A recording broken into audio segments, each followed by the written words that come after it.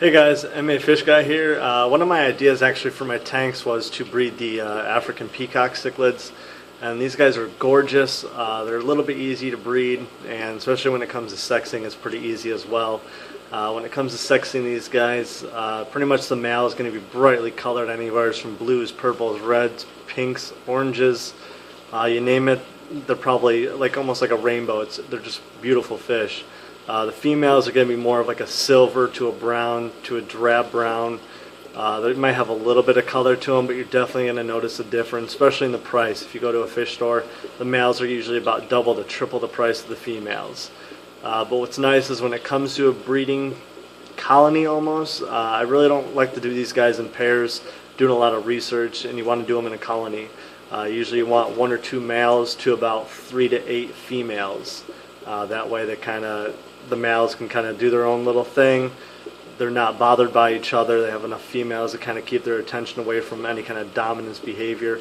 But the key thing to this is you want to do it in a 55 or bigger tank. You want to have a lot of hiding spots. You want to have some gravel on the bottom, any kind of caves. I do like a stack of clay pots. You can get them real dirt cheap, about $1.50 a piece. Just do a bunch of those all over the tank, kind of just scattered, do a bunch of slate rock, and just kind of build it up. That's what the idea is for my 55-gallon tank that hopefully I might get into, but I'm just kind of debating between a couple different fish. But back to the peacock cichlids, these guys, like I said, they're gorgeous. Breed them in colonies. Once you breed them, if you want to fish out the babies, usually like a 4-tank setup or even a 2-tank setup is key. You want a separate tank that's actually going to be able to raise the fry either with a sponge filter or a regular hang on the back filter with a sponge fit over the actual intake to not suck up the fry. The bigger the tank is better, of course. If you can do like a 55 or even a 40-gallon grow out tank for the babies, then that's definitely key. You're going to get a lot of good size on them, and you're going to be able to sell them real quick. But pretty much with the African Peacock Cichlids, they're really not too picky. Just keep the water around 78, load them up on frozen food, and they'll pretty much do the rest themselves. Once they pair off, they'll pretty much just keep breeding and breeding. That's why the colony is best. And if you keep it in an area where there's not a lot of people walking by, that's why I decided my basement was probably the best idea. That way I'm the only one really coming down here, unless there's some kind of little thing to do in the back. Other than that, no one's down here. I'm the only one checking on the fish. It's kind of a real nice low traffic area. I have the light on a timer, so it's even less time I really have to be coming down here back and forth. I can just come down once, check on them, and make sure everything's all good to go. So in the colony tank, they'll just keep breeding. The caves are where it's at. And the babies, when you put them in the grow out tank, the water changes. I want to be doing 50% water change, usually every 2 to 3 days.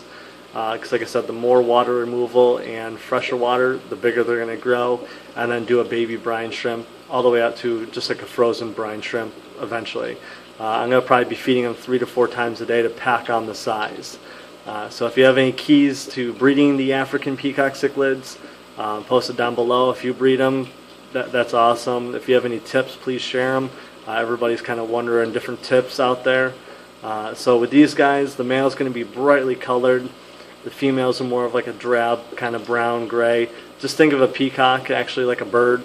The males in that breed are going to be gorgeous with all the nice feathers, whereas the females are kind of not the prettiest of the birds, and that way not a whole lot of attention is drawn to them while they're protecting the nest.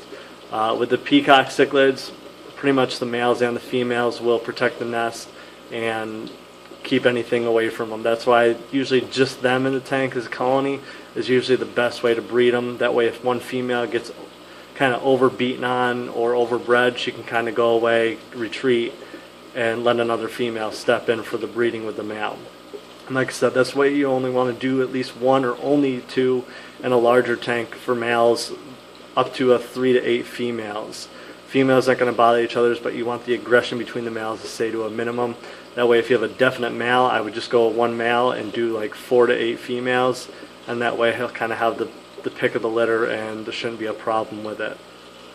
And in case you're wondering with the pH, it only really has to be like what your water is, usually about 7.5 to 8.0.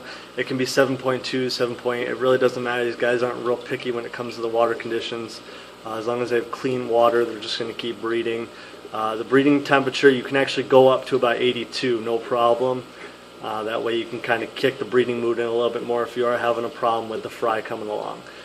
So again, check out my website, mafishguide.com. If you have any questions or fish that you'd like to know how to breed, put it down below and I will definitely do a video. I'm working on the contest for my 2,000 subscriber right now. I know it's a little late, but better than never. Hopefully this contest will blow everybody out of the water. Thanks.